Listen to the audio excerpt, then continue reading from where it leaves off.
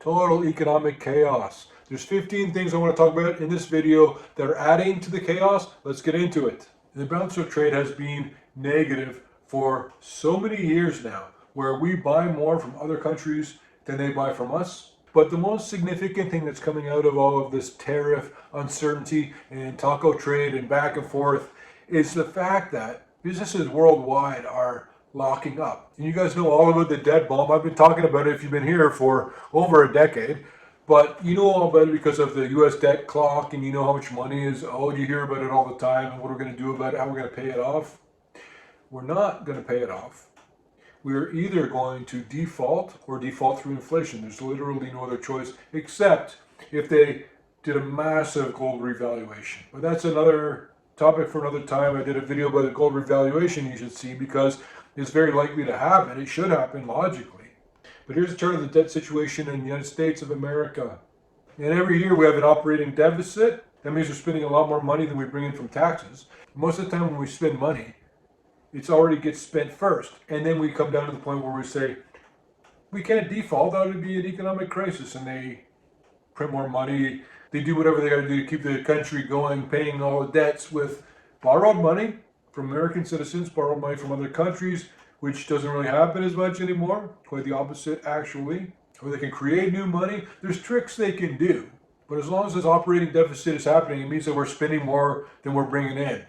And as long as you do that, the same thing happens with your teenage kid and the country of the United States. If you spend more than you bring in, then that's just going to add to the deficit, and it's going to add to the debts. I always humbly ask you guys to please click like on the video. It really helps us spread the word, or watch till the end, or make a comment, or forward the video. Anything you can do to help us spread the word, to help more people, would be most greatly appreciated by me, by everybody. I told you about this recession coming through town as a rolling recession. Started ages ago. Right now it's on manufacturing. Next to all the recessionary effects of higher unemployment, more layoffs, more financial instability. And you guys know that velocity of money is falling off a cliff. But if you remember, they're trying to get inflation started back in the day. They're trying to get inflation. We didn't have enough inflation. And they couldn't figure out how come they printed all that money. Inflation still didn't show up. And I said at the time, I explained at the time, it's because the velocity of money has slowed down. So there's a lot more money not being used. That's why there was no inflation. That is different than inflation came to town, came back down, as I told you, and now what's going to happen? Inflation's going to go higher again. Here's a chart of monetary creation. And you guys know that I don't trust these stock markets at all. And I showed you in a video recently that the average price earnings is about 29. But a way to look at it, and I'll really put it in perspective so that you can understand how overvalued that is. A price earnings average for the S&P 500, the average price earnings is 29. That means it would take 29 years of all of the earnings to be able to pay for the price of the stock. We're about to have a lockup in the supply chains and rising prices over the next few months.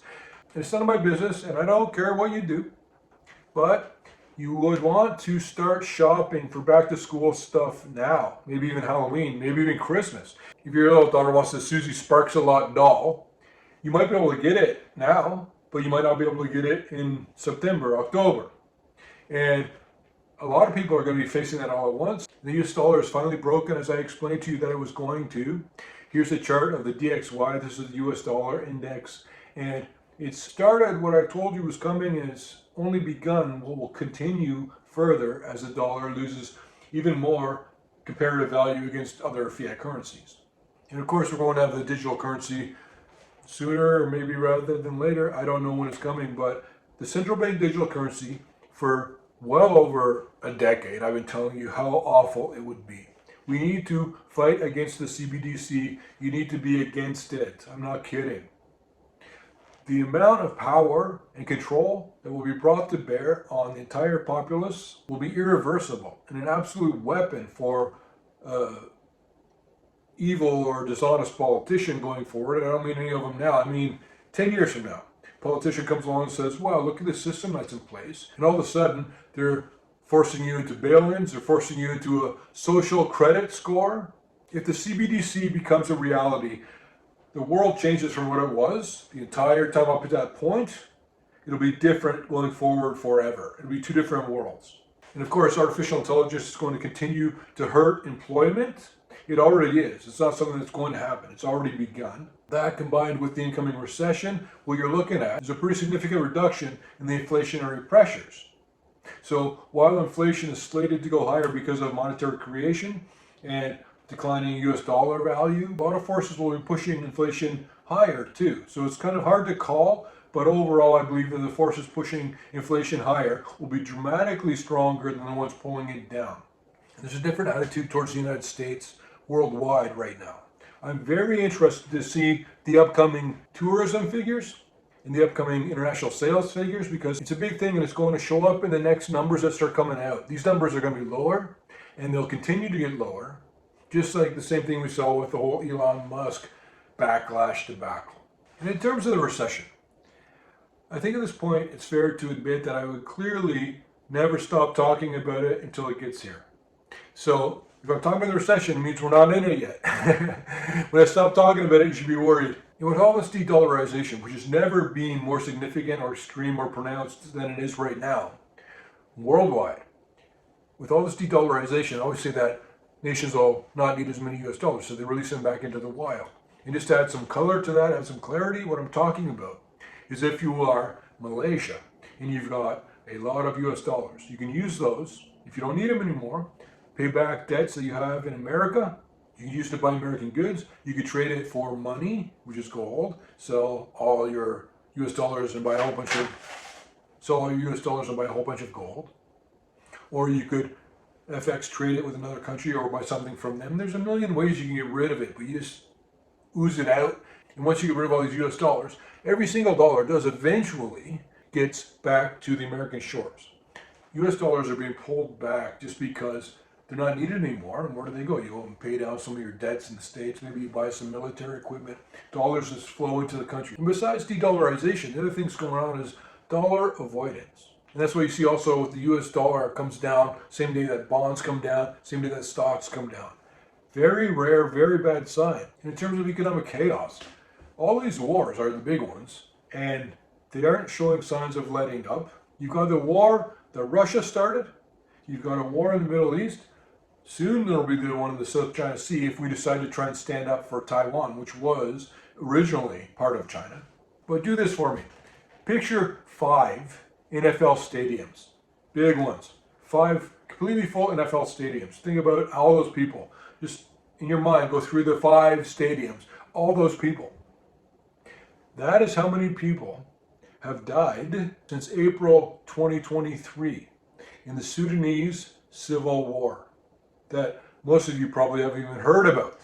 All told, there's 35 pretty significant conflicts worldwide right now. Myanmar, Indonesia, and one that I've talked to you guys about many times, what's going on in Kashmir right now, and they're even losing some fighter jets, although it's de-escalated, it's calmed down, but the problem isn't gone, it's just the current flare-up de-escalated. That's between India and Pakistan. But if you remember, a long time ago, I was talking about Kashmir, telling you that it's a flashpoint, and there's another nation that's involved there. Who's the other country I told you about that also has some fingers in the pie or an eye on Kashmir? It's China. But check this out though, okay? What got this video started was that I was looking at chaos theory, and well, chaos theory put simply, if you have, say, 3 things, and then you multiply it to 9, you say, okay, I tripled the number of things, but you didn't triple it. There's now dozens and dozens of different combinations because of all the variables. The more the number of variables, the more the risk of something going wrong increases logarithmically. But it'll blow your mind when you combine some of these and think about how that chaos theory is going to manifest and make one of these branches snap. For example, you look at the declining velocity of money with this big debt bomb we're dealing with in the overvalued markets. Combine those 3, and then that makes a recipe for disaster. Or you say you have a declining US dollar, and the world's de-dollarizing at the same time as we enter a recession. That's a recipe for chaos. We've got all this monetary creation right as the supply chains are locking up, and all this tariff uncertainty during a time of escalating wars. It's a recipe for disaster. The risks right now are so much more extreme. But I always tell you exactly what I tell my friends and my family. And what I told my daughter the other day, she's so happy about ASM that she bought. I told her this gold trade is just getting started. As long as US dollar is getting printed, losing its purchasing power, as long as the GDP is declining, as long as we're entering an economic slowdown, the US dollar will continue to decline. Meaning that gold, which never changes price, requires more dollars to buy the exact same thing. So it looks like the price of gold is increasing, but it's not. But all those things are going to bring the value of the US dollar down, therefore cost more for pork bellies and cotton. And did you see what happened to gold and silver and uranium and lithium and oil stocks the other day? That was a perfect day for what my overall approach and strategy has been for 15 straight years now. I told you have to have some exposure to the oil companies. I told you got to be focused on only precious metals, none of these speculative stocks, and a couple unloved things like lithium and uranium, and they just all woke up. Some of these uranium companies went up 20% in a day. What will be good for gold is if interest rates drop and they print more money and they issue more debt and there's a decline in the GDP. If we enter a recession, all four of those things will be playing out in front of your eyes, and the government will react to it the only way they know how, the only way they ever have up until this point in the history of mankind. So don't act like you're surprised.